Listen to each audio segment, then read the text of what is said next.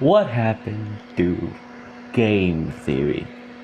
Now, if you don't know about game theory, game theory is a channel that is fairly popular, like had 20 million subs last I checked.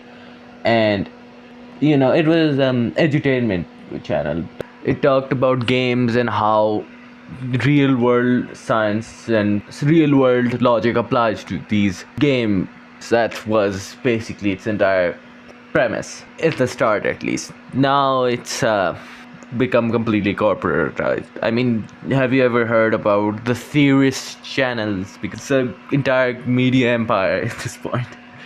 The sad fact is, when it started, it wasn't nowhere close to what it is now. It was very genuine, and the guy behind it, MatPat, he was incredibly good at communicating. Like, the main point of the videos were that you could come up with the exact same result as MatPat did.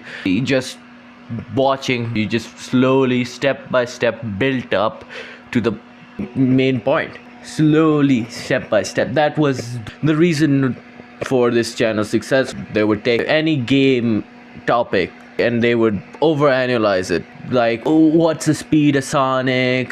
Who's the actual villain here? And stuff like that. And they would try to answer these questions by applying math and science to them, taking them way too seriously. And that shit made for some quality entertainment. I used to watch these videos quite a lot. I used to watch Film Theory, which applied the same logic but to films, and I used to binge them. Like, most people tend to put some music on the background when they're playing games or doing stuff like that. I would just put on a Film Theory and let it ride. And in fact, I remember the first video I watched, of this entire channel, and it was who would win, Captain America's shield or Saitama. That video, and I clearly remember it because I just really liked it because it was very well made. And the original person who was behind this had a lot of passion for what they did. I mean, you could just feel the passion behind every topic and the work that's been put in, because most of the topics they covered were extensively researched and would be full-fledged topics. But then, and the person behind it, MatPat, he was also pushing the envelope of what YouTubers can be, because he was one of the earlier YouTubers here and basically one of the cornerstones of YouTube. And that is why him believing Theorist was such a big deal, because he basically was the brand. Again, the videos weren't completely made by him. There were writers, editors, the giant team behind him, but the way he delivered it made it sound like he was the only person making it. And he was well liked by the community because he made a point of informing the community of important information, stuff that has happened that is going around on YouTube. Like, if YouTube's backend changes, their algorithm changes, you best believe that he will inform you. And if anything on the backend happens relating to him, related to the theories, related to this kind of information, he would inform people and would do it pretty honestly. This entire brand was basically built by him single-handedly. But then, as it said, all good things can't last. And of course, this basically was his life, and it's not a very healthy way of living, honestly. Like, at the very late end, he was basically producing 4 videos a week of incredible quality. Like, it was basically a full production. You don't find that quality on YouTube for free, I tell you. Like, the amount of effort that was going behind it was incredible. And putting that much of yourself, I would imagine, to be very draining. And so, as he got tired, he decided eventually to move on. His life. And decided to not leave the people who got him there, the viewers, high and dry. Because it was basically the Pikachu's channels. There were 4 of these channels pumping out high quality videos, 4 times a week. That's and so he decided to leave and sell the business to an investment firm and let other people take on the business. And so after he left, well, then the initiatification began truly. And I have to preface this by saying this is not against the host or anything, because from what I see, a lot of input is given by the hosts. Like, the hosts of each channels are the creative leads behind the channels, like from what I've seen. Because if that wasn't true, I don't think shit would have changed a lot, because there's a decent chunk of variation between all of these channels. Like, could be my bias, but I don't really think so. But the best channel right now is, out of all of these four, is Film Theory. As the person behind it, Lee, has been with Game Theory for a very long time, and so has a lot of know-how compared to the other hosts which have been brought on more recently. He has also hosted his own show previously on Film Theory, so makes sense that he understands it at a deeper level. And he has his own specific brand of interest, which he brought in. And of course, his personality, because all of these channels were mainly built on one guy's personality and would showcase that for everyone to see. Like, MatPat was nerdy and very deep into this stuff, and that was the entire brand. A utopia for nerdiness. And that is continued by Film Theory. I mean, it does have its fair share of trying to imitate MatPat, but it doesn't push as hard in that direction. As you move on in each channel, you can see that there is some sort of input being given by the hosts in the production, but there are other forces at play, mainly the algorithm. I mean, it is a big loss if you lose basically your brand. I mean, MatPat was a big part of this entire brand, so I get that it's a big loss. I mean, he's not dead, but for him to depart from the channels to move on. By the way, he's gone into politics. From last I remember, he was trying to institute more laws, or at least more regulations that would help creators on the internet to create. But that's just a slight tangent, not related to the channels anymore. And as the face of the channel left, and so they have to play it easy so they can build up their channel back to where it was.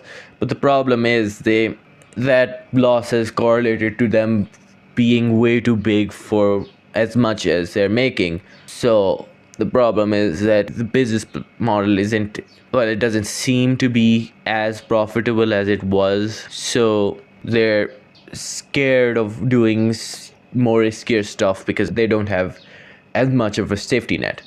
And now moving on to Game Theory, the actual main channel. This is the progenitor of all of the four, actually 5 theory channels, because there's GT Live, which is completely isolated from all of this because they're not theorizing really that much. The hosts of the theory channels don't really appear that much. It's just a gameplay channel at this point, which is fine, but it's whatever. Actually, it's just tangentially related. It just has a similar name. But yeah, that aside, moving on to the actual Game Theory, it has a very simple problem. Like, this is a problem with Film Theory, as Film Theory also covers a bit too much analog horror, but I personally am interested in this, so I'm not a very impartial judge. But they actually do the sciencey themed videos. Game Theory does that much less. Like, they do compilation videos, which isn't that good. It just gives a bad taste in my mouth. They do a lot of mascot horror. They cover way too much of it. I mean, this channel has been in mascot horror space a lot with Five Nights at Freddy's, which I got some takes on that, but that's for another day. It's sparse pickings at this point. There's not much left in FNAF. It's just kind of petering out at this point. And so they cover a lot of this stuff. They don't do what got them the science videos because they don't perform. And they do recognize that mascot horror is gonna leave them. It's on its way out. I mean, they do talk about it, but the problem is they don't act on their promises. Like on Film City, they talked about AI and its problems, and then they turned around and had a partnership with Duolingo, which allegedly is deep in AI, which I think sounds a bit hypocritical. But hey, I got no strong feelings here, definitely none of that. But yeah, that's the main problem that I see with game theory. It strayed from its roots, which got it there. But again, I get that it's a business, you have to do businessing. But yeah, it's and also Tom, the host, he doesn't show a lot of his personality, and he tries, at least it looks like he tries to imitate MatPat a lot with his voice squeaking. It just is a bit unnatural. It feels like more of an act. It doesn't feel genuine. Of course, they made a promise that nothing would change, and it has changed a lot. Like maybe Film Theory has changed a little less, but other channels, yeah, they have changed a lot. Now, moving on to Food Theory. At least Food Theory has diversified its content. It's not just green screen doing what the other channels did, which is good. I mean, they at least Santi, the person behind the channel, is working on it. But the fact that I don't like is the very basic thumbnails. Like all of these thumbnails, they all look so damn basic. Like simplified, easy to digest, easy to consume, very corpo, which I will circle back near the end. It doesn't seem as bombastic as they used to be. Because Food Theory had very full thumbnails, unlike Game Theory and Film Theory, and now Style Theory. I don't think I will cover that much about Style Theory because I don't really watch Style Theory. And, from what I've gathered, is that it's a bit too TikTok-y, but in a very disingenuous way. Like the caricature of a TikToker you have in your mind. That is what I gathered. And now I assume that it was better in the way back when MatPat was in charge, but I do not know. So I will keep my critiques to myself. And GT Live, let's just cover that for a second. Again, I won't go into that much detail because I'm not that deep into GTA Live. From what I've gathered, it's just gameplay for the most part. And the fact that a live stream happened on Game Theory, the channel, not GT Live, points to the fact that shit has changed. Because I mean, if you're gonna have a live stream, why not on the channel for live streams? It just doesn't make sense for me. But hey, and from what I've gathered, from what I've heard, the person the hosting it, Ash, it doesn't seem like a person would be a host, but that's what I've heard, from the grapevine. So putting it out there. And now moving back to their corporatization. Yeah, it's a company. Like recently they launched the Theoryverse, basically their equivalent of a streaming service. And that rubs me the wrong way because, man, it really shows that they're no longer one guy's passion project. It really just screams that this is corpo bullshit. Like, God, such a bastardization of what these channels were. It's just, what did they do to our channel? God, what? Just such a sad thing to see. Like, obviously, to me, the subscription tells me that they well, not fallen on hard times, but aren't as profitable as they used to be and need some more cash, which is fair. But the way they did it was a completely separate streaming service, and they pulled out all the stops, put a call to actions in them and all of that stuff. to me that's a bit too forceful. I mean, I don't have any problem with Patreon and all of that stuff. It's fair, but the reason they made a separate streaming service is that so that they could keep all the profits. But at least you should be more honest. Just say that you need some more money. Just it's not that serious. Just say it and ask.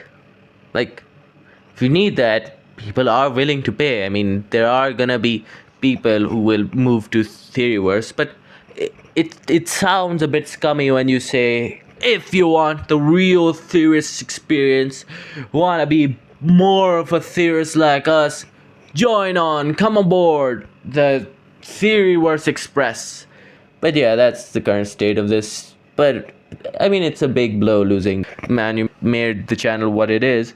I get that it's a big blow, but it's hard to see, a channel that was near and dear to me come so low. But yeah, that's really all that I have to talk about. This is not that much interested in it anymore, and that's why their viewer count has fallen severely. So yeah, that's about it. Bye.